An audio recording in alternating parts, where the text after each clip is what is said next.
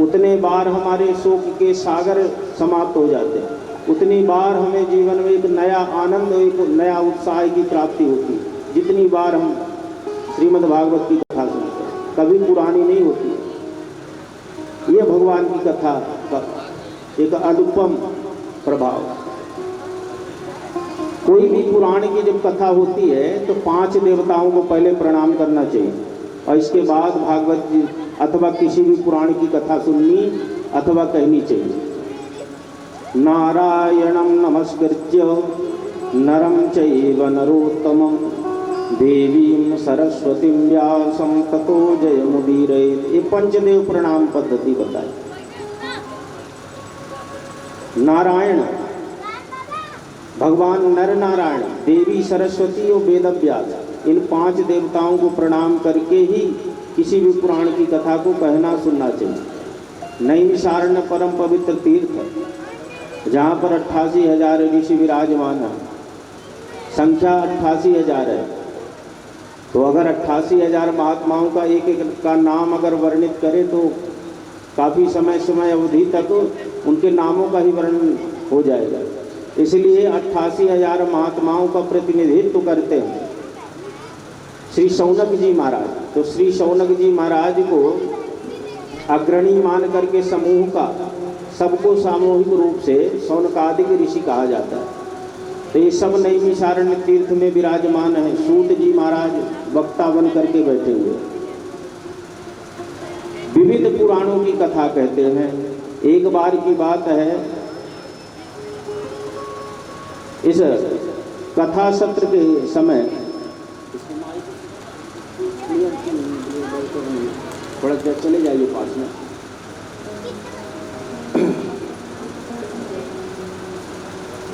एक बार प्रातः स्नान इत्यादि क्रिया करने के बाद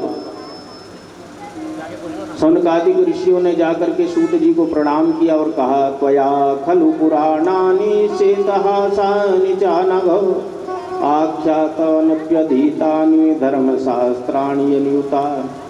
कहते हैं कि महाराज आप विविध पुराण कथाओं के जानकार हैं और आपने हमें अनेकानेक कथाएं सुनाई भी, लेकिन तब भी हमारा मन संतुष्ट नहीं है। ये कहते हैं आपने जितनी भी कथा हमको, जितने भी पुराण की कही, उसमें विविध प्रकार के कर्मों का निरूपण किया। भूरीणि भूरि कर्माणि श्रोतव्यानि विभागशः अतः साधुतयत्सार्यं समुद्रक्तमनीषयाः। ये कहते हैं कि आपने जितने भी पुराणों की कथा हमसे कही उसमें विविध तरह के कर्म बताए। तो महाराज हम हजारों साल से कथा सुन रहे हैं, विविध कर्मों को भी जान लिया, लेकिन संसार का व्यक्ति तो इतने पुराण की कथा नहीं सुन सकता। अतः साधुतयत्सारम, 18 पुराण जितना भी शास्त्र वेद है उसका आप सार तत्व हमसे कहिए, ताकि सामान्य जन भी इस कथा से लाभान्वित हो पाए। विविध तरह के प्रश्न किया और कहा, सूत जानासि भद्रत्वं भगवान शाश्वतां पति देवाक्यां वासुदेवस्य जातो यस्य चिकीर्षया। हे सूत जी महाराज आपका परम कल्याण हो। भगवान अजन्मा कहे जाते हैं, भगवान जन्म मृत्यु से परे हैं। तो ऐसे जन्म मृत्यु से परे परमात्मा जो कभी किसी के गर्भ में नहीं जाते, जिनका जन्म, ऐसे परमात्मा का देवकी वसुदेव के यहाँ जन्म कैसे हुआ? लोग कहते हैं भगवान देवकी के यहाँ जन्म है। तो भगवान जन्म लेते हैं, कुछ कहते हैं भगवान अवतार लेते हैं। तो भगवान जन्म लेते हैं तो अवतार लेते हैं, और जब जन्म नहीं लेते भगवान तो लोग क्यों कहते हैं कि देवकी वसुदेव के पुत्र? तीसरे प्रश्न में कहा कि यस्यावतारो भूतानां क्षेमाय च भवाय च। भगवान के कितने अवतार हैं? कोई कहता है 24 अवतार, कोई 10 कहता है, कोई भगवान को कहता है कि विविध अवतार धारण करने वाले। कितने अवतार मूल रूप से भगवान के? चौथे प्रश्न में कहा कि हे सूत जी महाराज, जिनके स्मरण मात्र से काल भी भयभीत हो जाता है, वो भगवान कंस से कैसे भयभीत हुए? क्यों जन्म लेते ही माता पिता को छोड़ करके, मथुरा को छोड़ करके भगवान गोकुल में निवास। अब गोकुल में निवास करके भगवान ने कौन कौन सी बाल लीलाएं की, यह भी कथा हमको श्रवण करनी। और अंतिम प्रश्न के रूप से यह पूछा है कि व्यक्ति का कर्तव्य क्या है, ये जो हमको मनुष्य देह मिला इसका कर्तव्य क्या है, और भगवान के जाने के बाद धर्म किसके आश्रित रहता है। इस तरह के प्रश्न किए। ये 6 प्रश्न हैं। इन्हीं के उत्तर में सूत जी भागवत की कथा सुना रहे हैं। कल हम आपसे कह रहे थे कि सूत का मतलब होता है विलोमज। विलोमज को अपवित्र समझा जाता है। माता दूसरी जाति के पिता दूसरी जाति के और जन्म लेने वाली संतान सूत कहलाती विलोमज। तो 88,000 महात्मा है और 88,000 महात्माओं की अलग अलग विचारधारा। मुंडे मुंडे मातिर भिन्न, जितने सर उतनी तरह की बुद्धि उतने तरह के विचार। 88,000 महात्मा, लेकिन सब सूत जी को प्रणाम करते हैं और सब सूत जी महाराज का आदर करते हैं। कुछ लोग ब्राह्मण मानते हैं, कुछ लोग इनको सूत समझते हैं। तो जिसके जो भी भाव रहे वो सब भीतर रहे, लेकिन सब आदर करके प्रणाम करते हैं। इसका कारण यह था कि गुणी गुणों से पूज्य है, क्षेत्र परीक्षा नहीं है। गुणवान व्यक्ति अपने गुणों से पूजनीय होता है ना। हम जाति से बहुत अच्छे पर हमारे कर्म अच्छे नहीं तो हम श्रेष्ठ नहीं। व्यक्ति के गुण का आदर होता है। तो सूत जी महाराज को जो लोग ठीक जाति का नहीं मान रहे वो लोग भी आदर करते। क्यों? सूत जी महाराज भगवान की कथा को सुना रहे। भगवान के साथ जब जीव का संबंध होता है तो सारे दोष उसके समाप्त हो जाते हैं। हमारे आसपास बहुत सी ऐसी वस्तुएं हैं जिनको हम अपवित्र मानते हैं, लेकिन भगवान के साथ जब उनका जुड़ाव होता, संबंध होता तो पवित्र हो जाता। जैसे शंख है, शंख की जो जाति है वो हड्डी है, जाति से शंख हड्डी है। हड्डी को अपवित्र समझा जाता है। जो सात्विक लोग हैं, भजन पूजा करने वाले, अगर उनको हड्डी का स्पर्श हो जाए तो तुरंत स्नान करेंगे, है ना। हड्डी स्पर्श हो गई, अपवित्र हो गए। लेकिन शंख हड्डी है और कहाँ रखा जाता है? ठीक भगवान के बगल से। उसकी अपवित्रता कहाँ चली जाती है? बोले उसकी अपवित्रता भगवान के सामीप्यता की वजह से नष्ट हो जाती है। भगवान की आरती पूजा में शंख सहयोग करता है। भगवान के पूजन में उसका एक विशिष्ट स्थान है, इस वजह से उसकी जो पवित्रता है दूर हो जाती है। कितना पवित्र हो जाता है? बोले इतना पवित्र होता है कि शंख मध्ये जलम कृत्वा भ्रामयन् केशवोपरि अंगलग्नं मनुष्याणाम ब्रह्महत्या व्यपोहति। आरती के बाद आप शंख में जल भर दीजिए और आरती करने के बाद भगवान के ऊपर घुमाइए और घुमाने के पश्चात छींटा दीजिए अपने ऊपर, लोगों के ऊपर, तो ब्रह्म हत्या व्यपोहति। ब्रह्म हत्या जैसे पातक शंख के जल के छिड़काव से दूर हो जाता, इतना पवित्र हो जाता शंख। दूसरा है चमड़ा। चमड़ा को अपवित्र मानते। आप यहाँ कथा स्थल पे बैठते हैं तो जूते चप्पल सब बाहर निकाल करके आते। चमड़ा का बेल्ट है उसको भी निकाल देंगे, पर्स रख देंगे, तो अपवित्र मानते हैं। लेकिन वही चमड़ा, ये ढोलक जो तबल है ना, वही चमड़ा है, कोई दूसरा चमड़ा नहीं होता। तो एक चमड़ा अपवित्र है, दूसरा चमड़ा यहाँ ढोलक में लग करके तबल में ठीक भगवान के बगल में रखा हुआ है। तो ये चमड़ा अपवित्र नहीं। क्यों? क्योंकि ये भगवान का जब ये कथा चल रही है, संकीर्तन होता तो सहयोग कर रहा है। तो भगवान के सहयोग करने की वजह से इसकी अपवित्रता समाप्त हो गई। अपवित्र होकर के ठीक भगवान के सामने स्थान प्राप्त करता है। तो भगवान के संबंध के साथ सारे दोष मिट जाते हैं। एक श्लोक है, जब आप लोग पूजा करने बैठते तो पंडित जी लोग वो जल लेकर के आपके ऊपर जल का छिड़काव करते हैं और एक मंत्र पढ़ते हैं, अपवित्रः अपवित्रो वा सर्वावस्थांगतो विवः यः स्मरेत् पुंडरीकाक्षं सबाह्याभ्यंतरः। इस मंत्र का मतलब होता है कि चाहे पवित्र हो चाहे अपवित्र, यह स्मरेत् पुंडरीकाक्ष सबाह्याभ्यंतरः शुचि। अगर वह भगवान पुंडरीकाक्ष का स्मरण कर रहा है तो बाह्य और भीतर दोनों तरह से पवित्र हो। तो भगवान के साथ संबंध जुड़ जाने के बाद भीतर और बाहर दोनों तरह से जीव पवित्र हो जाता है। तो सूत जी महाराज भगवान की कथा कहते हैं, इसलिए कोई भी जाति का दोष इनको प्रभावित नहीं करता। परम पवित्र हैं, पुनीत हैं, सब महात्मा इनका पूजन करते, इनको प्रणाम करते और बड़ी आस्था रखते हैं इनके प्रति।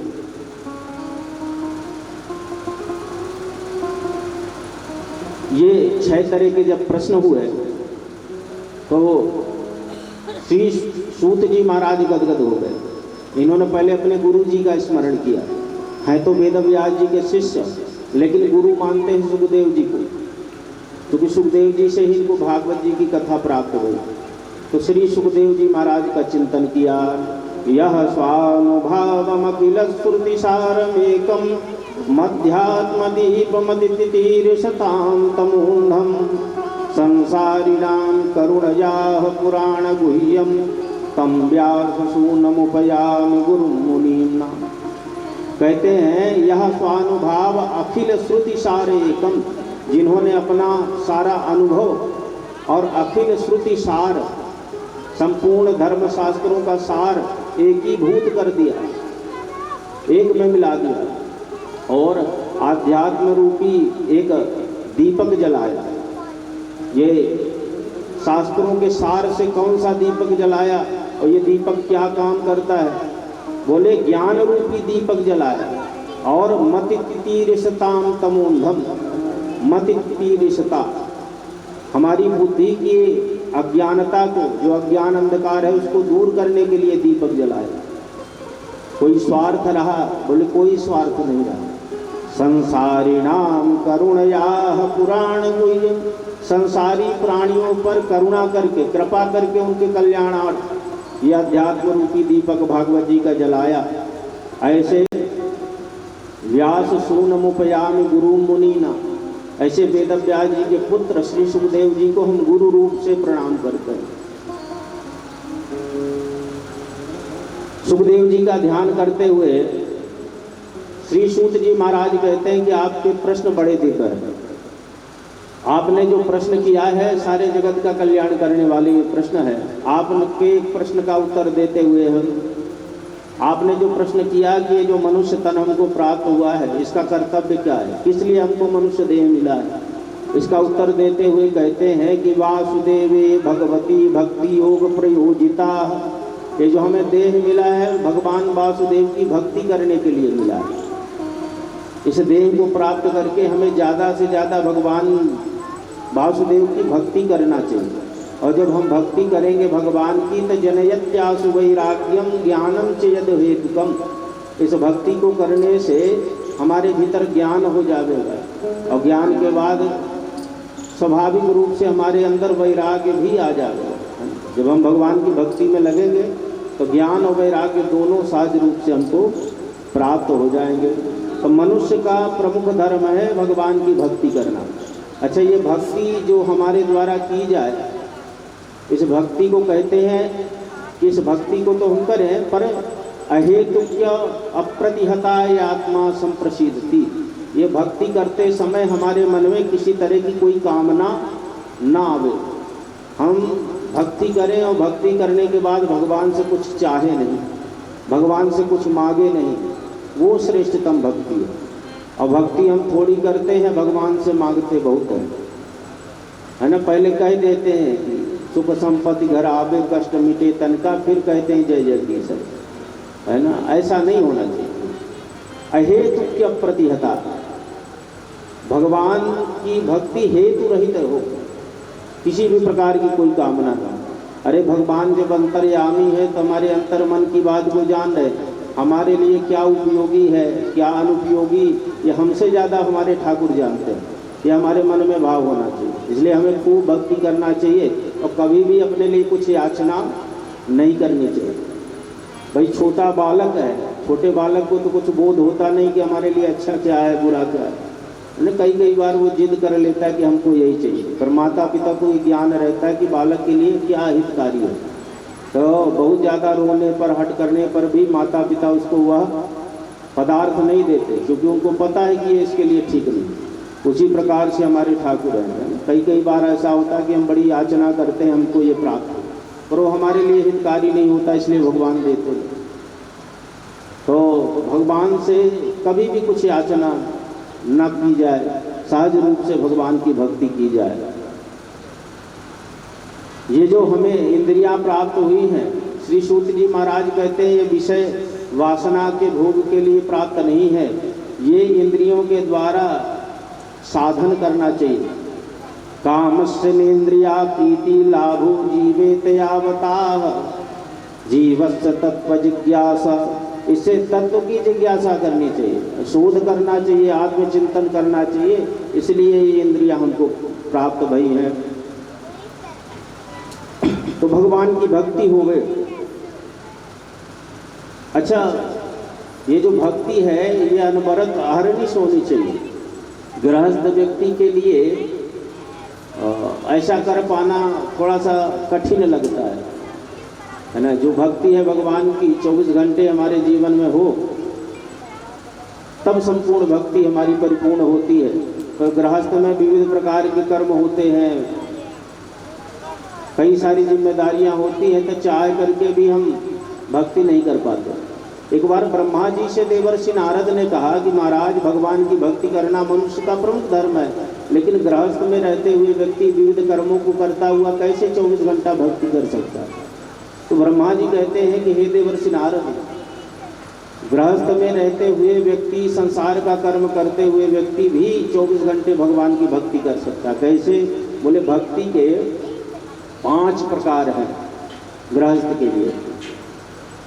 इन भक्ति का नाम है अभिगमन, ईज्या, उपादान, स्वाध्याय, योग। ये 5 पद्धतियां हैं गृहस्थ व्यक्ति के लिए भगवत उपासना। और संसार का काम करता हुआ 24 घंटे वह व्यक्ति भक्ति भगवान की कर सकता है। तो पहली भक्ति का नाम है अभिगमन। ये अभिगमन नाम की जो भक्ति है, इस भक्ति में भगवान के पूजा के योग अपने आप को बनाना, ये पहली भक्ति। इसमें क्या करना होता है? बोले सुबह उठ करके मुख को स्वच्छ करके, नित्य क्रिया निवृत्त होकर के स्नान इत्यादि कर, वस्त्र और श्रृंगार इत्यादि करना, ये पहली भक्ति है अभिगमन। भगवान की पूजा के योग अपने आप को बनाना। भाई भगवान की अगर हमको पूजा करने जाना है तो ऐसे तो जा नहीं सकते कि उठे और ऐसे दलिद्र की भांति चले जाए, है ना। पहले स्नान ध्यान करके पवित्र होकर के अच्छा से वस्त्र वगैरह पहन के तब भगवान के पास जाना होगा। तो जो हम वो दैनिक क्रिया करते हैं, यह मान लें कि हम भगवान की पूजा के लिए अपने आप को स्वच्छ कर रहे हैं, तैयार कर रहे हैं, तो वो जो हमारा किया गया कर्म है वो भक्ति कहलाएगा। तो महाराज वो नित्य क्रिया इत्यादि भक्ति होती है ना। ऐसा भी जिज्ञासा लोग तो बोले हाँ, शास्त्र हमारा कहता है कि मलमूत्र परित्यज्य चित्त संस्थापकम भजे। शास्त्र कहता है कि चित्त की शुद्धि के साथ भगवान का भजन करना चाहिए। तो हमारे प्रत्येक क्रियाकलाप भक्ति कहलाएंगे अगर हम ये भाव रखें कि हम भगवान के लिए अपने आप को तैयार करें। भाई शास्त्र भी कहता है कि देवो भूत्वा देवम यजेत। देवता का यजन कब कर सकते हैं? जब स्वयं देवता बन जाए। भगवान के पास तब जाना चाहिए जब हम स्वयं में बढ़िया सजे धजे स्वच्छ वस्त्र पहने हो, माथे पे तिलक लगा हो, केश व्यवस्थित हो, ऐसी अवस्था में भगवान के सामने जाना। दूसरी भक्ति है ईज्या। स्नान ध्यान इत्यादि करके वस्त्र पहन करके फिर भगवान के मंदिर में जाए। ईज्या का मतलब होता है यजन। वैसे तो भगवत भक्त अष्टयाम पद्धति से भगवान की पूजा करते हैं, पर आपके पास जो भी समय हो, 2-4 मिनट, 10 मिनट, आधा घंटा, तो जो विग्रह हो भगवान का, ठाकुर जी का, वहाँ पर जावे, स्नान इत्यादि करा करके सुंदर तिलक, वस्त्र, पुष्पमाला, पुष्प, जो भी धूप दीप नैवेद्य है वो अर्पित करते हुए भगवान की स्तुति करना चाहिए। जो भी आपसे बने, त्वमेव माता च पिता त्वमेव, वो स्तुति करके भगवान को प्रणाम करना चाहिए। ये ईज्या दूसरी भक्ति। और तीसरी भक्ति है उपादान। उपादान का मतलब होता है उपार्जन, माने कमाई करना। और कमाई के कई माध्यम होते हैं। कुछ लोग खेती बाड़ी से धन का उपार्जन करते हैं, कुछ लोग नौकरी करते हैं, कुछ व्यापार करते हैं। तो आप कोई भी काम करिए इस भाव से करिए कि हम ये भगवान के भक्ति के लिए, भगवान के लिए कर रहे हैं, है ना भाई। भगवान की पूजा में जो सामग्री आती है उसके लिए धन की आवश्यकता होती है, ऐसे तो मिलती नहीं। अब ये मान लीजिए भगवान की कथा हो रही तो इसमें भी धन लगा हो, है ना, धन ना लगा होता तो कैसे कथा हो। तो जो भी हम उपार्जन करते हैं इस भाव के साथ करें कि हम भगवान के लिए कर रहे हैं।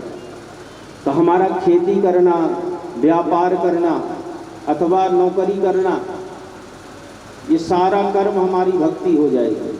और चौथी भक्ति है स्वाध्याय।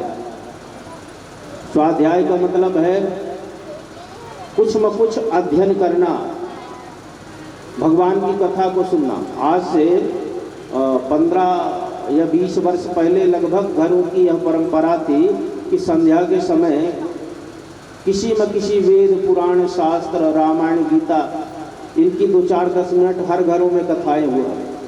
लेकिन आज कम ऐसा देखने को प्राप्त होता है, पर करना चाहिए। संध्या के समय जब सब घर के लोग एकत्रित हो जावे, अपने काम धाम सारी व्यवस्था से आकर के घर में बैठे, तो घर का एक व्यक्ति कोई भी धार्मिक ग्रंथ, रामायण ले ले, गीता जी ले ले, कोई भी एक ग्रंथ ले करके 10 मिनट 5 मिनट भगवान की कथा को कहे, एक व्यक्ति कहे और सारे घर के सदस्य बैठ करके सुने। ये स्वाध्याय नाम की चौथी भक्ति। ग्रंथ निश्चित रूप से कथा प्रतिदिन व्यक्ति को सुननी चाहिए। ऋषि ऋण भी होता है, देव ऋण, पितृ ऋण, मनुष्य ऋषि ऋण, है ना। इन ऋणों से हम ऋणी रहते हैं।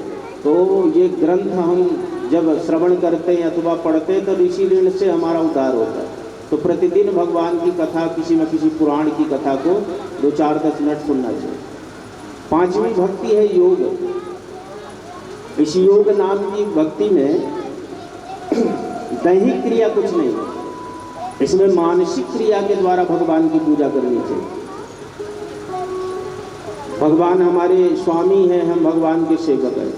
हम सोने चले जाते हैं, भगवान हमारे अभी सोए नहीं, ऐसा भाव होना। हम पहले भगवान की सेवा करेंगे और ठाकुर जी हमारे सोएंगे, इसके बाद हम शयन करेंगे। इस भाव के साथ आप भगवान की सेवा करें। बिस्तर में जाने से पहले बैठ जावे 10 मिनट के लिए, भगवान के सन्मुख आसन लगावे। भगवान अगर आपके छोटे हैं तब तो बढ़िया बिस्तर लगा दीजिए, थपकी दे के सुला दीजिए। और भगवान बड़े हैं तो संभव नहीं है तो मन के द्वारा सुंदर स्वर्ण पलंग बनाइए, उसमें दिव्य वस्त्र बिछाइए, ठाकुर जी को सुला करके उनके चरणों की सेवा करिए। ये भाव करिए कि भगवान हमारे शयन कर रहे हैं। और जब मन के माध्यम से, भाव के माध्यम से आपको लगे कि हमारे ठाकुर सो चुके, शयन में चले गए गोविंद, तब आप जा कर के शयन करिए। ब्रह्मा जी कहते हैं कि ऐसी अवस्था में अगर हम शयन करते हैं भगवान की सेवा करने के बाद तो दिव्य फल की प्राप्ति। निद्रा समाधि स्थिति, निद्रा जो 6 घंटे 7 घंटे की हम लेते हैं वो समाधि का फल देंगे। तो 5 तरह से गृहस्थ व्यक्ति भक्ति भगवान की 24 घंटे कर सकता है। हर व्यक्ति यही कर्म करता है ना, लेकिन कोई इसको भक्ति नहीं समझता। नहाने धोने को भक्ति नहीं मानता और कोई अपने क्रियाकलाप कर्म जो संसार में करता उसको भक्ति नहीं समझता, इसीलिए भक्ति नहीं होती। ब्रह्मा जी नारद जी से कहते हैं कि व्यक्ति अगर प्रत्येक अपने कर्म को भगवान को समर्पित कर दे तो उसका 24 घंटा भगवान की भक्ति कहला जाए। तो भगवान की भक्ति करना ये मनुष्य का प्रमुख धर्म है। भगवान के अवतारों के विषय में कहते हैं कि भगवान के तो ऐसे विविध अवतार हैं, पर 24 मुख्य अवतार है भगवान। 24 में दशावतार भगवान के श्रेष्ठ हैं और दशावतार में 2 राम कृष्ण, ये 2 परिपूर्ण अवतार हैं। जिसमें भगवान व्यूह के साथ प्रकटते हैं वो भगवान का पूर्ण अवतार होता है। व्यूह है भगवान का प्रद्युम्न, अनिरुद्ध, संकर्षण और भगवान स्वयं। जहाँ भगवान व्यूह के साथ आते हैं वो भगवान का पूर्ण अवतार होता है। जैसे राम, लक्ष्मण, भरत, शत्रुघ्न, तो ये भगवान का परिपूर्ण अवतार हुआ। और भगवान श्री कृष्ण प्रद्युम्न, अनिरुद्ध, संकर्षण, बलराम जी, ये भी भगवान का व्यूह है। तो ये भगवान का परिपूर्ण अवतार है। 24 अवतारों का वर्णन करते हुए कहते हैं कि प्रथम भगवान का अवतार है सनक सनंदन सनातन सनत कुमार।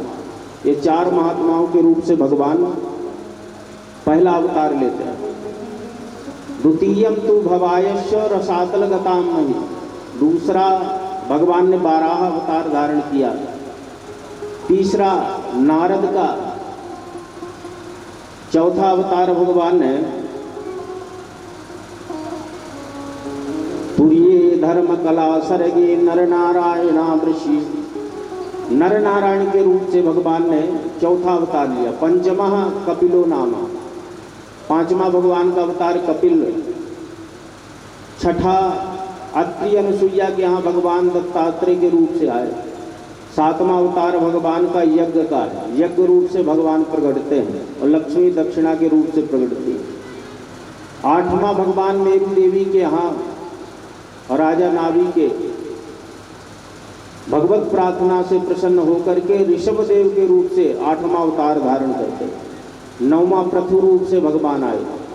10वां अवतार भगवान का मत्स्य का है, मत्स्य अवतार धारण करके भगवान हयग्रीव नाम के दानों का वध करके और वेदों का संरक्षण करते हैं। 11वां अवतार भगवान का सुरासुराणाम मुददी मनमथा मदराचलम, इस समय देवता और दैत्य मिलकर के समुद्र का मंथन करते हैं। मदराचल पर्वत जल में डूबने लगता है, उस समय भगवान 11वां अवतार कच्छप का लेते, विशाल कछुए का रूप भगवान का। 12वां अवतार धन्वंतरी का, इसमें भगवान स्वर्ण कलश में अमृत लेकर के समुद्र से प्रकटे। 13वां अवतार मोहिनी, जिस समय दैत्य अमृत छुड़ा करके देवताओं से भागे, उस समय भगवान देवताओं को अमृत प्रदान करने के लिए मोहिनी रूप से आया। 14दशम नारसिंहम, 14वां अवतार भगवान का नरसिंह का है, भक्त प्रहलाद की रक्षा करी और हिरण्यकशिपु दानव का अंत किया भगवान। 15दशम वामनकम कृत्वा गादध्वरम बले, भगवान ने 15वां अवतार लिया है वामन का, इसमें 3 पांव में राजा बलि की सारी संपत्ति को नाप लिया है। 16वां अवतार भगवान क्षत्रिय वंश पर कुपित होकर के लेते, परशुराम के रूप से। अत्रि सप्त कृत्वा की गुतो निक्षत्रान करो, त्रिसप्त कृत्वा, 3 बार 7 करिए तो सात्री के कई 21 बार क्षत्रिय विहीन करके धर्म की स्थापना की है भगवान ने धरती। 17वां अवतार वेद व्यास जी के रूप से हुआ, वेदों को सरल करके पुराण और शास्त्रों की रचना की है भगवान वेद व्यास जी ने। 18वां अवतार भगवान का श्री राम के रूप में है। 19वां 20वां कृष्ण और बलराम, 21वां बुध और 22वां अवतार है भगवान का कल्कि। हंस और हयग्रीव, ये 2 अवतार मिलाकर के भगवान के 24 अवतार हैं।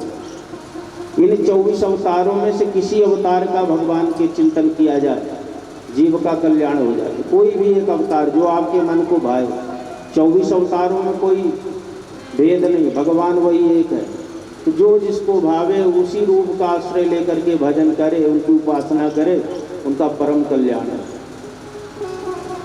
इति भुवाणं संस्तूय मुनीनां दीर्घसत्रिणां वृद्धा कुलपति सूतं बृहद्वृक्ष शौनको ब्रवीत।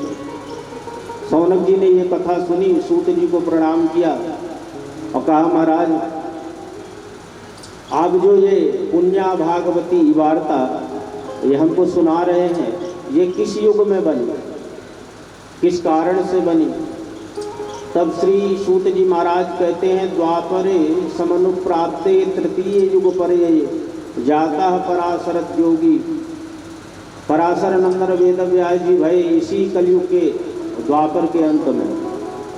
ये त्रिकालज्ञ थे, भूत भविष्य वर्तमान सबको अपने तपो शक्ति से जानने वाले थे, बड़े परोपकारी महात्मा वेद व्यास जी। इन्होंने मनुष्य की स्थिति को देखा, कलिकाल प्रारंभ हो रहा है और मनुष्य जो है ये कलिकाल के आ जाने से धर्म से काफ़ी दूर हो जाएंगे, ऐसा चिंतन किया वेद व्यास जी ने। उस समय जो मनुष्य को मार्ग दिखाने का साधन था वो एकमात्र वेद था। तो वेद को देखा तो वेद की भाषा कठिन लगी। वेद जो है बड़ी क्लिष्ट भाषा, वेद का अर्थ जान पाना बड़ा कठिन।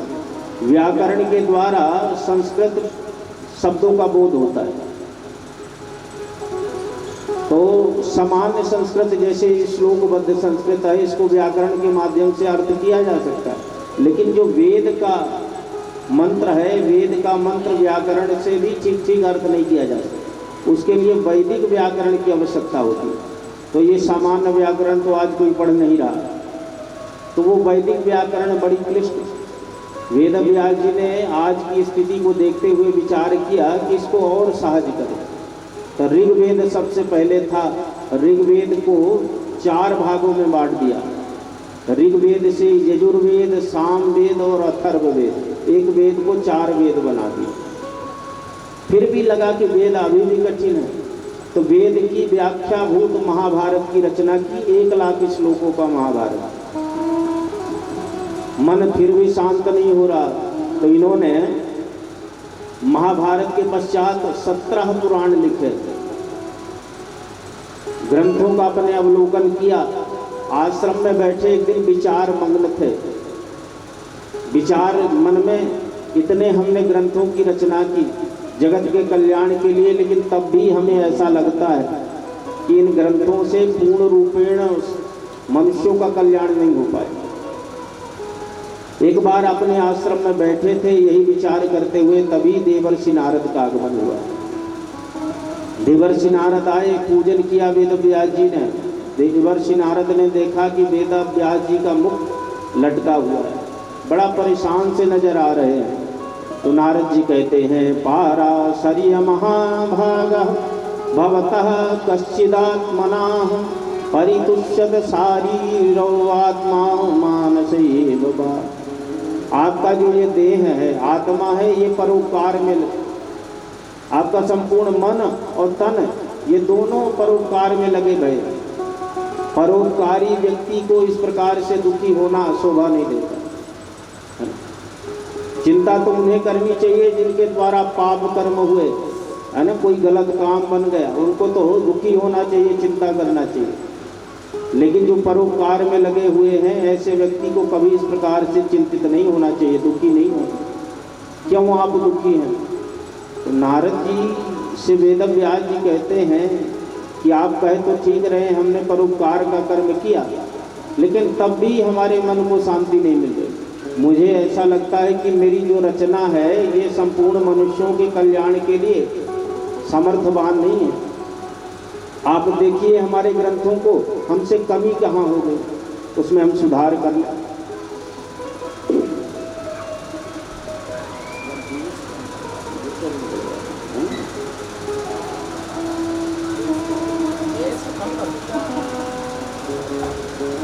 तो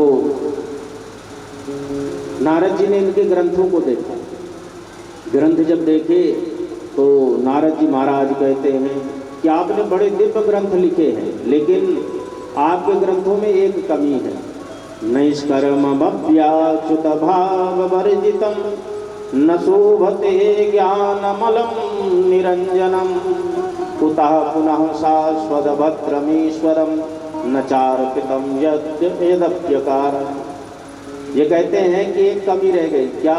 बोले आपके जितने भी ग्रंथ हैं, सारे पापियों के पाप कम करने में समर्थवान, पाप से मुक्त हो जाए जो आपके ग्रंथ का आश्रय ले। लेकिन इन ग्रंथों से पुण्यात्माओं का कल्याण नहीं होगा। भाई ग्रंथ ऐसे होने चाहिए कि पापियों का पाप दूर हो जाए, पुण्यात्माओं को आनंद की प्राप्ति हो जाए, और भगवान भी इस कृत्य से प्रसन्न हो जाए। ऐसे ग्रंथ को परिपूर्ण ग्रंथ मानना चाहिए।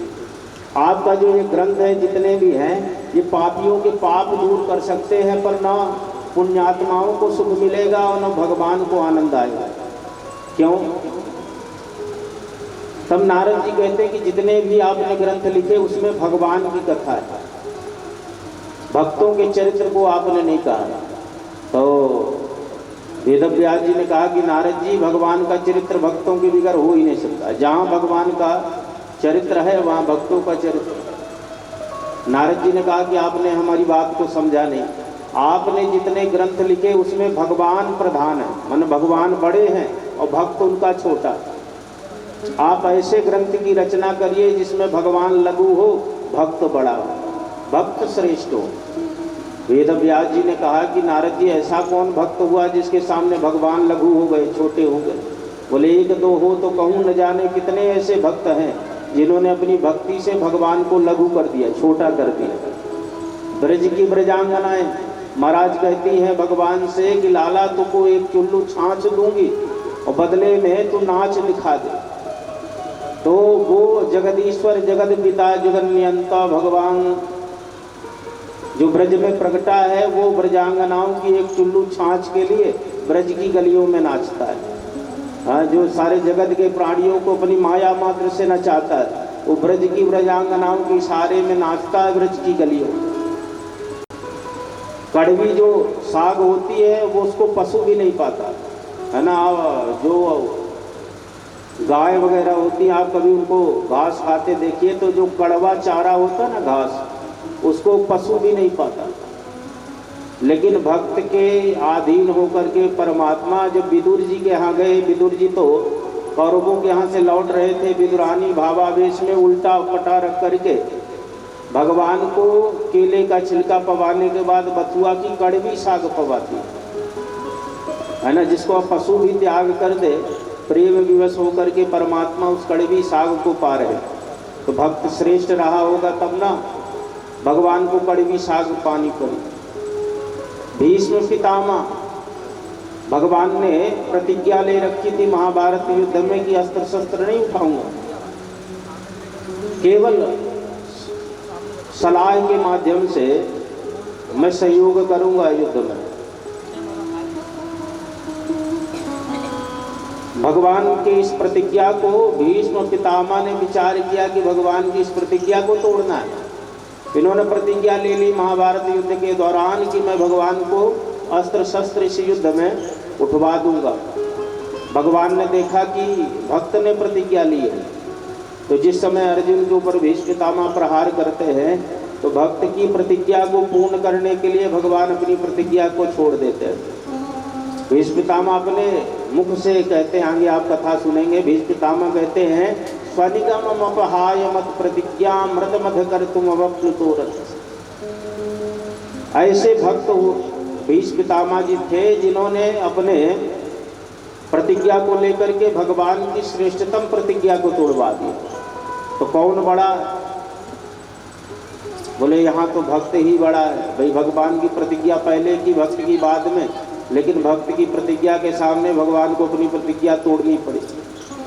द्रौपदी महारानी जिस समय भीष्म पितामह ने ये संकल्प लिया कि एक पांडव का वध कर देंगे, रात्रि के समय भीष्म पितामह के शिविर की तरफ द्रौपदी मैया को भगवान लेके जाते हैं आशीर्वाद दिलाने के लिए।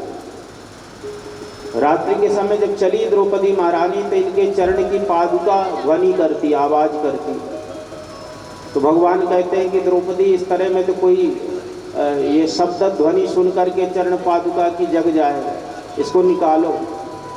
द्रौपदी महारानी चरण पादुका निकाल देती है, भगवान उसको उठा करके कांख में रख लेते हैं। अब द्रौपदी महारानी आगे आगे, भगवान चरण पादुका कांख में दबाए पीछे पीछे। अब ये दृश्य का आप चिंतन करिए और बताइए कि कौन बड़ा? हाँ, जो आगे आगे द्रौपदी चल रही है वो बड़ी कि जो चरण पादुका उठा करके पीछे पीछे इनके चल रहा है। तो ऐसे भक्त जिन्होंने अपनी भक्ति के द्वारा भगवान को लघु कर दिया, इन भक्तों के चरित्र को जो आप गाओगे तब आपको शांति मिलेगी। आपको भागवत की कथा लिखनी होगी। आपको भागवत मतलब भगवान का भक्त। तो भगवान के भक्तों की जब आप कथा कहेंगे, लिखेंगे तो आपको सुख मिलेगा। क्यों? क्योंकि भगवान की कथा से भक्तों को तो आनंद मिलेगा, लेकिन भगवान भागवतों की ही कथा से प्रसन्न होते हैं। और भगवान प्रसन्न हो जाए तो जगत प्रसन्न हो जाए। एक भगवान की लीला है जिसमें कौरवों ने प्रेरणा दी दुर्वासा जी को। दुर्वासा जी 10,000 शिष्यों के साथ गए। जिस समय वन में थे पांडव, अक्षय पात्र इनके पास, जितने भी लोग पहुँचे सबको प्रसाद प्राप्त होता इस अक्षय पात्र के माध्यम से। पर द्रौपदी मैया अगर प्रसाद पा करके इसको धुल के रख दे तो फिर इसमें से उस दिन प्रसाद नहीं निकलता, भोजन नहीं निकलता। जिस समय द्रौपदी महारानी प्रसाद पा ली और पात्र धुल करके रख दिया, तब दुर्वासा जी पहुंचे 10,000 शिष्यों के साथ। पांडवों ने निमंत्रण कर दिया, महाराज आप हमारे यहाँ भोजन करिए। भीतर जाके द्रौपदी से कहा तो द्रौपदी मैया ने कहा कि हमने तो पात्र धो करके रख दिया। महात्मा जी शिष्यों के साथ लौट करके आए। दुर्वासा जी का स्वभाव, इनके मन अनुरूप कोई भी कार्य व्यवस्था ना हो तो महाराज तुरंत कुपित होकर के श्राप देते। भगवान गए, क्या हुआ? द्रौपदी मैया ने कहा कि हमने पात्र धुल करके रख दिया। भगवान ने कहा ठीक से देखो शायद कुछ हो। बोले नहीं नहीं, हमने अच्छी तरह से मांज के रखा। भगवान ने देखा एक साग का छोटा सा टुकड़ा उस पात्र में लगा हुआ था। भगवान ने अपने श्रीमुख में उसको पधरा लिया और उस साग के टुकड़े के पाते ही भगवान का मन संतुष्ट हो गया और डकार ली भगवान ने। और जैसे ही भगवान को डकार आई तो सारे जगत के लोगों को तृप्ति प्राप्त हो जाती है। ऐसा लगा कि बहुत ज़्यादा भोजन कर रखा। दुर्वासा और 10,000 शिष्यों को तो महाराज डकारें आने लग गई खट्टी कर। और जब वो लौट करके आए तो पांडवों ने कहा महाराज प्रसाद पाई। अब इतना ज़्यादा उनका पेट भरा हुआ है कि उनकी इच्छा नहीं, इसलिए आशीर्वाद दे करके कहते बाद में आए। तो सारा जगत संतुष्ट हो गया भगवान के संतुष्ट होते। नारद जी महाराज कहते हैं कि अगर भगवान प्रसन्न हो जाए तो सारे जगत की प्रसन्नता आपको प्राप्त हो जाएगी। इसलिए भगवान को प्रसन्न करने का साधन करिए। भागवत की कथा लिखिए। तब वेदव्यास जी ने एक और बहाना कहा कि हम वृद्ध हो चुके हैं, हम में सामर्थ्य नहीं कि हम कुछ कर पाए। नारद जी ने कहा कि आपको ये भ्रम होता है कि आप कर रहे हैं। क्यों? बोले जो भी करते कराते हो भगवान करते कराते। व्यक्ति को ये भ्रम रहता है कि हम कराते। ध्रुव जी महाराज अपनी स्तुति में भगवान के लिए कहते हैं कि योऽन्तः प्रविश्य मम वाचमिमां प्रसुप्तां संजीवयत्यखिल शक्तिधरः स्वधाम्ना अन्यासहस्तचरणश्रवणत्वगादि प्राणान् नमो भगवते पुरुषाय तुभ्यम्। ध्रुव जी कहते हैं इस स्तुति में कि प्रभु आप ही हमारे भीतर वास करते हैं। हमारे हाथों को कार्य करने की, पाँव को चलने की, आँख को देखने की, कान को सुनने की जो भी शक्ति प्राप्त होती है वो शक्ति देने वाले आप हैं। तो नारद जी महाराज कहते हैं कि जो भी शक्ति हमको प्राप्त होती है ना, वो शक्ति देने वाले, वो चेतना देने वाले परमात्मा है। और भगवान वो शक्ति न प्रदान करे तो हाथ आपके कार्य नहीं कर पाएंगे, पाँव चल नहीं पाएंगे, नेत्रों को दिखाई नहीं पड़ेगा, कान में सुनाई नहीं पड़ेगा। यहाँ तक कि अगर पूर्ण शक्ति अपनी निकाल लेवे तो घर वाले लोग भी कहेंगे अब ले चलो इनको, है ना, घर में ज़्यादा देर रखना चाहिए। तो जो भी ये देह को चेतना शक्ति प्राप्त होती है वो शक्ति देने वाले परमात्मा, तो करने कराने वाले सब भगवान हैं। हमको भ्रम हो जाता कि हम ये कार्य कर रहे हैं। आप तो एक सुंदर सा संकल्प कर लो और उसकी पूर्ति परमात्मा के द्वारा हो। नारद जी कहते हैं कि पूर्व चरित्र आपको हमारा नहीं पता, अभी तो आप हमारी पूजा कर रहे थे जब हम आए। आप जानते हैं पूर्व जन्म में हम कौन थे? वेदव्यास जी कौन थे? कहते हैं तब नारद जी अपने पूर्व जन्म का चरित्र कहते हुए बताते हैं कि मैं पूर्व में दासी का पुत्र था, नीच कुल में उत्पन्न था, लेकिन भगवान के नाम की महिमा देख लो, आज सर्वत्र मेरी पूजा है। वैसे नारद जी के एक चरित्र का और भागवत जी में वर्णन है। नारद जी सबसे पहले एक प्रहर्षण नाम के गंधर्व हुआ करते थे और इनका बड़ा सुंदर स्वरूप था नारद जी का, जो भी देखे वही इन पर मोहित हो जाता था। एक बार महात्माओं ने देखा नारद जी को तो विचार किया कितना सुंदर स्वरूप है इनका, ये तो ठाकुर जी के जैसे दिखते हैं, भगवान के जैसे। अगर इनको भगवान का रूप बना दिया जाए और भगवान ने जो लीला की इनसे कराई जाए, आनंद आएगा। ये भाव के साथ महात्माओं ने इनको ठाकुर जी का रूप दे दिया, पीताम्बर पहना दिया, मोर मुकुट और बंसी पकड़ा करके भगवान ने जो लीलाएं की ब्रजमंडल में प्रहर्षण गंधर्व से, वही सब कराने लगे महात्मा। जैसे पहले रासलीला हुआ करती। एक दिन महाराज का प्रसंग चला और उस महाराज के प्रसंग में महाराज इन्होंने बड़ा अद्भुत चरित्र किया भगवान का। और जैसे ही बाहर आए रंगमंच से, इनकी कुछ सखियां आ जाती स्वर्गलोक से। उन सखियों को देख करके ये मोहित होते और नेत्रों से इशारे कर देते, आंख से अपनी सखियों को इशारे करते। महात्माओं ने देख लिया, बड़ा कोप हुआ महात्माओं को। महात्माओं ने कहा कि योग योगेश्वर, रासेश्वर भगवान श्री कृष्ण का स्वरूप बना करके और वैसा काम जनित इशारे करता है। ये तो काम विजय लीला की थी भगवान ने महाराज के माध्यम से, और तू इस प्रकार से विकार युक्त है।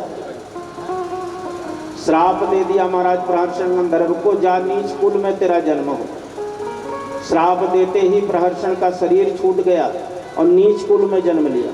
इतना भागा कि जन्म लेते ही इसके पिता गुजर जाते हैं। माता इस अनाथ बालक को लेकर के चारों तरफ विचरण करती, महात्माओं के आश्रम में रुकी, उनकी सेवा करते हुए अपने बालक का भरण पोषण करती। संतों के यहाँ प्रसाद बनता है, भगवान को भोग लगा करके तब उसको पाया जाता है। और जैसा खाए अन्न वैसा बसे मन, हम अभी निवेदन कर रहे थे कुछ समय तक। अन्न का जीवन में बड़ा प्रभाव होता है। जैसे हम अन्न खाते वैसी हमारी चित्तवृत्ति बनती, वैसे विचार बनते। तो ये भगवान का भोग लगाया हुआ प्रसाद पाता है बालक। संतों के आश्रम में रह करके नित्य सत्संग करता है, तो जैसी संगत वैसी रंगत। धीरे धीरे भगवान की भक्ति इसके हृदय में आने लगी। नाम संकीर्तन करता, भगवान की कथा सुनता। माता को लगने लगा कि साधु न बने, साधु बन जाएगा तो ये हमारा वंश समाप्त हो। विवाह की इच्छा हुई, परंतु देवर्षि नारद कहते हैं कि एक दिन माता को एक विषैले सर्प ने डस लिया। अकस्मात माता की मृत्यु हुई और माता का संस्कार करने के पश्चात में अपने कर्म बंधनों से मुक्त होकर के भगवत भजन करने लग गया। खूब भजन किया भगवान का। एक दिन भगवान की दिव्य वाणी प्रकट होकर के कहती है कि बेटा, कर्म के बंधन अभी तुम्हारे जीवन में, उनको पूर्ण करो और भविष्य में हमारी प्राप्ति हो। नारद जी कहते तब से मैं अनेक जन्म लिया, लेकिन भगवान का भजन करता रहा। धरती का अंत हुआ, प्रलय हुआ, और प्रलय के बाद जब दोबारा धरती बनी तो भगवान ने कृपा की और मैं इस बार भगवान के अंश से प्रकटा। तो पूर्व का एक दासी का पुत्र आज देवर्षि नारद बन गया। सर्वत्र मेरी पूजा है। नारद एक ऐसे महात्मा जिनकी सर्वत्र पूजा की जाती है। और जो महात्मा साधु हुआ करते थे ना, उनको राक्षस लोग नाश्ता में पा लेते थे, है ना। जो मिलते साधु महात्मा तो राक्षस उनका भक्षण कर जाते थे। लेकिन नारद जी महाराज एक ऐसे महात्मा थे कि ये दैत्यों के मध्य जाए तो दैत्य भी इनकी पूजा करे, देवताओं के बीच जाए तो देवता भी इनकी पूजा करे, मनुष्यों के मध्य वहाँ भी इनकी पूजा। तो नारद की सर्वत्र पूजा। नारद जी कहते ये मेरी पूजा नहीं, ये हमारे ठाकुर हमारे भगवान की पूजा है, उनकी भक्ति का प्रभाव। तो जब मैं एक दासी का बेटा नारद हो सकता हूँ, जगत पूज्य हो सकता हूँ, तो तुम इतनी बड़ी अवस्था में क्या एक ग्रंथ नहीं लिख सकते? वेद व्यास जी को नारद जी के चरित्र सुन करके एक प्रेरणा प्राप्त हुई। नारद जी महाराज ने 4 श्लोकों की भागवत वेद व्यास जी के कान में दी। पिता ब्रह्मा से इनको प्राप्त थी और 4 श्लोकों को इन्होंने व्याख्या करके 18,000 श्लोकों का एक दिव्य ग्रंथ बना दिया। विचार किया कि ये जो भागवत है ये परमहंस की संहिता श्रेष्ठ व्यक्ति को ही देनी चाहिए। चिंतन किया कि पात्र कौन अच्छा होगा, तो ध्यान आया सुखदेव जी का। यम प्रव्रजंतम अनुपेतम अपेत कृत्यम, जन्म लेते ही जो संन्यास को धारण करने वाले, संसार को छोड़ने वाले, ऐसे वीतराग संत ही इस ग्रंथ के अधिकारी। वेद व्यास जी महाराज ने शिष्यों को बुला करके भागवत जी के दिव्य श्लोकों को रटा करके भेज दिया सुखदेव जी के पास। सुखदेव जी ने जब भागवत जी के श्लोकों को सुना तो ब्रह्म समाधि छूटी और महाराज चले आए पिता के पास। पिता ने जनक जी से परीक्षण करा करके सुखदेव जी को यह भागवत की कथा प्रदान की। सूत जी महाराज कहते हैं कि इस प्रकार से यह भागवत की कथा श्री सुखदेव जी के पास आई और सुखदेव जी महाराज ने कालांतर में श्री परीक्षित जी महाराज को यह मंगलमयी कथा श्रवण कराई। कब और कैसे कथा सुनाई? तब श्री सूत जी महाराज कहते हैं, यदा मृदे कौरव संजयान वीरस्वथो वीरगतिम गतेषु ब्रकोदरा भिद्य गदा विमर्शो भगने रुदंडे धतराष्ट्रपुत्रे। महाभारत का युद्ध हुआ और इस महाभारत युद्ध में भगवान की कृपा से पांडवों को विजय प्राप्त हुई। कौरव सब मारे जाते हैं। अंतिम युद्ध था दुर्योधन और भीमसेन के मध्य। भगवान ने कमजोरी बता दी भीमसेन को। भीमसेन ने जंघा तोड़ दी है, मृत्यु के निकट जा पहुंचा। रात्रि का समय है। दुर्योधन का मित्र है अश्वत्थामा, जो गुरु द्रोणाचार्य का पुत्र है। रात्रि को मिलने आया और धूल धूसरित देह देख करके जमीन में पड़े हुए दुर्योधन को कहने लगा, मित्र तुम्हारा हमने ऐश्वर्य देखा और आज तुम्हें इस प्रकार से देख करके हमको बड़ा दुख हो।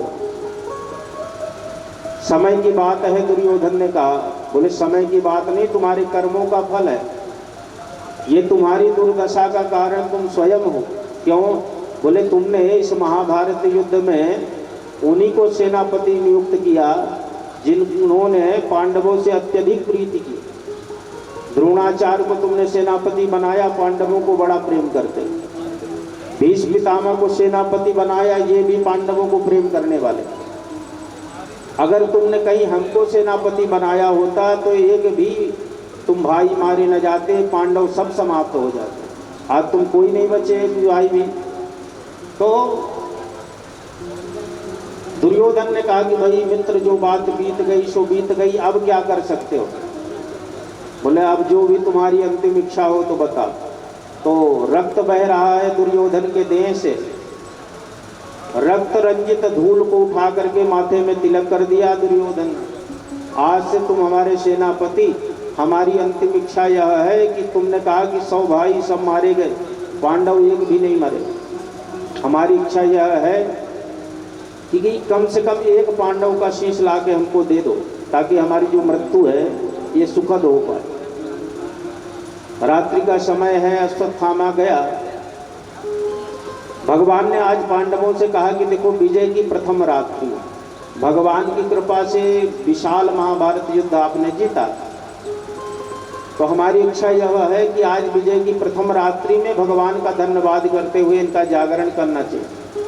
पांडव पुत्र हैं 5, जो पिता की भांति मुखाकृति रखते हैं, पिता की ही तरह दिखाई पड़ते। भगवान ने इनसे भी कहा तो इन्होंने कहा कि देखो 18 दिन का युद्ध हुआ था महाभारत का। बोले 18 दिन का ये युद्ध हुआ, हम सब बड़े थके भये। अब कहते हो कि चलो जागरण करेंगे। अरे जब जरूरत थी तब हमने भगवान की पूजा करी। अब महाभारत युद्ध जब हमने जीत लिया तो पूजा की क्या जरूरत? अब हमें जागरण नहीं करना, हमें तो शयन करना। भगवान पांडवों को लेके चले गए और जो पांडव पुत्र हैं 5, वो पांडवों की सूनी सैया में जाके शयन कर ले। अश्वत्थामा आया, पांडव के जैसे दिख रहे पांडव पुत्र 5 की गर्दन काट, पोटली बनाई, ले जाकर के दुर्योधन के सामने रख दिया। दुर्योधन बड़ा प्रसन्न है, पास में मंगाया और मंगा करके महाराज एक गर्दन को, मस्तक को इसने पकड़ा, जोर से दबाया तो जो भीतर का भाग था वो बाहर निकल गया। समझ गया इतना कोमल अंग पांडवों का नहीं हो सकता, ये निश्चित पांडवों के पुत्र हैं। अत्यंत रुदन करता हुआ दुर्योधन कहता है कि मूर्ख अश्वत्थामा, तूने हमें वंश विहीन कर दिया। ये पांडव नहीं, पांडव पुत्र है। अरे ये पुत्र रहते तो कम से कम हमें श्राद्ध तर्पण तो करते, हमको जल तो देते, लेकिन तूने हमारे वंश को ही समाप्त कर दिया। अश्वत्थामा, तुझको कभी भी सुख प्राप्त नहीं हो। दुर्योधन रुदन करता हुआ मृत्यु को प्राप्त होता है। सूत जी महाराज कहते हैं कि सौनकादिक ऋषियों, जब अश्वत्थामा ने देखा कि हमारे द्वारा पांडव नहीं पांडव पुत्र मारे गए, तब भयभीत हुआ कि अगर पांडव जीवित है तो हम कैसे सुरक्षित रह पाए। तो भागता है अपनी प्राणों की रक्षा करके। दूसरी तरफ जब भगवान पांडवों को लेकर के वापिस शिविर में आए तो बड़ा महाराज भीभत्स दृश्य इन्होंने देखा है। शिविर में प्रवेश करते ही 5-5 सैया में धड़ पड़े हुए रक्त रंजित पांडवों का हृदय विलीन होने लग गया। और माता ने जब अपने 5-5 पुत्रों का शव देखा है, श्री सूत जी महाराज कहते हैं, माता शिशूनां निधनं सुतानां निशम्य घोर परितप्यमाना तदा रुरदबाष्पकला कुलाक्षी तां सांत्वयन्नाह किरीटमानि। श्री सूत जी महाराज कहते हैं कि 5-5 पुत्रों का अपने इस प्रकार से वध निर्मम देख करके माता अत्यंत रुदन करती है, छाती ठोकती हुई पीटती हुई रुदन करती है, देह की सुधि बुद्धि चली जाती है। अत्यंत जब करुण क्रंदन किया तो ताम सांत्वयन्ना किरीट माली, अर्जुन को किरीट माली कहते हैं। अर्जुन सांत्वना देते हैं द्रौपदी को, पर सांत्वना कहाँ से मिले? 5-5 पुत्रों का जिसके सामने धड़ पड़ा हुआ हो, ऐसी माता को कहाँ शांति मिल सकती है? अत्यंत रुदन कर रही है। अर्जुन कहता है कि द्रौपदी, तुम्हारे पुत्रों के मारने वाले के रक्त से मैं तुम्हारा स्नान करा। भगवान से कहता है कि हे ठाकुर, हमको वहां लेके चलो जहां हमारा पुत्र का मारने वाला है। भगवान अर्जुन को रथ में बैठा करके और जब लेके चले अश्वत्थामा के निकट पहुंचे, उस समय अश्वत्थामा बड़ी वेग से भागे जा रहा। देखा कि पांडव हमारे पीछे अर्जुन आ रहे हैं, तो अपनी आत्मरक्षा के लिए इन्होंने ब्रह्मास्त्र चला दिया। अर्जुन ने देखा कि ब्रह्मास्त्र आ रहा है, ब्रह्मास्त्र का कोई भी दूसरा अस्त्र काट नहीं, तो भगवान की शरण में जाकर के अर्जुन कहते हैं, कृष्ण कृष्ण महाबाहो भक्तानाम अभयंकराः तुम्हें को दह्यमानाना। हे कृष्ण महाबाहु, अपने भक्तों को अभय देने वाले, आज इस ब्रह्मास्त्र से केवल आप ही हमारी रक्षा कर सकते हैं। भगवान ने कहा कि देखो अर्जुन, ये जो अस्त्र है, इस अस्त्र की दूसरा कोई अस्त्र काट नहीं हो सकता। कांटा कभी किसी के लग जाए ना तो कांटे से ही निकलता है। कोई विष का पान करे तो विष को विष से ही समाप्त किया जाता है। ठीक उसी प्रकार से अस्त्र को ब्रह्मास्त्र से ही शांत किया जा सकता है। भगवान के कहते ही अर्जुन ने ब्रह्मास्त्र चला दिया। ऋषियों ने देखा कि ये दो ब्रह्मास्त्र आपस में भिड़ने जा रहे हैं, सृष्टि में लय हो जाएगा, तो ब्रह्मास्त्र ब्राह्मण के ऊपर प्रभावी नहीं होता। इसलिए एक ब्रह्मास्त्र के सामने महर्षि वेदव्यास और दूसरे ब्रह्मास्त्र के सामने देवर्षि नारद खड़े हुए। ब्रह्मास्त्र रुके तब वेदव्यास जी डांटते हुए दोनों को कहते हैं कि अपने छोटे से विवाद में तुम ये सृष्टि संहारक महाअस्त्रों का प्रयोग कर रहे, वापिस करो, लौटाओ इन अस्त्रों को। भगवान ने इशारा किया, अर्जुन ने अस्त्र लौटा लिया, लेकिन अश्वत्थामा को लौटाना आता नहीं। इसने हाथ जोड़ करके कहा, महाराज केवल चलाना आता, लौटाना तो हमने सीखा ही। वेदव्यास जी ने डांटा कि मूर्ख अश्वत्थामा, जब तुमको लौटाना नहीं आता तो तुमने चलाया क्यों? इसका दिशा का परिवर्तन करो।